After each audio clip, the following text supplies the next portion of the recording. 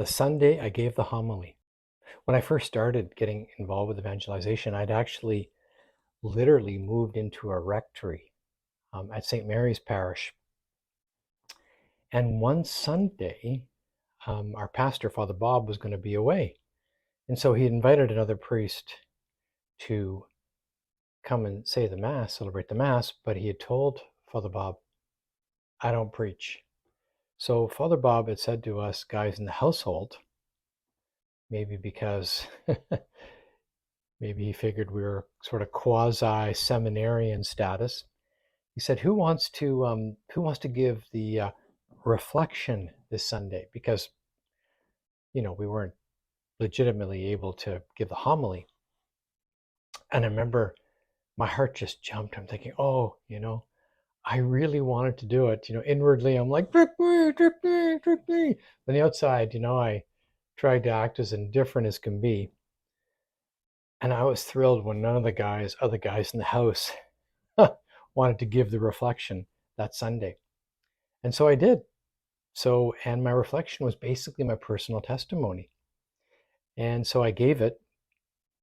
And I think I must have been pretty comfortable in the pulpit, maybe too comfortable. When I was at the back of the church after Mass, I think I had maybe inadvertently referred to Father Bob simply as Bob, which he didn't mind. He might have even seemed to prefer.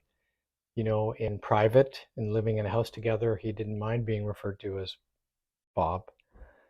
And I must have just in my comfort being in the pulpit, there was a lady after Mass who had to correct me and say, that's Father Bob. Anyway, so I gave my testimony. It was really nice because my parents came to that Mass. They didn't normally attend. They normally attend St. Mary, so they came. And I had no idea the impact that giving my testimony had on my parents till a number of years later. One time after Mass, a parishioner approached me and said, "Chris, I had no idea that your dad gave his life to the Lord that day you gave your testimony during Mass." And I'm like, neither do I. I had no idea. I said, "Where did you hear this?" And they said, "We saw it on TV." Father Bob Bedard had interviewed my dad on his television show called Food for Life.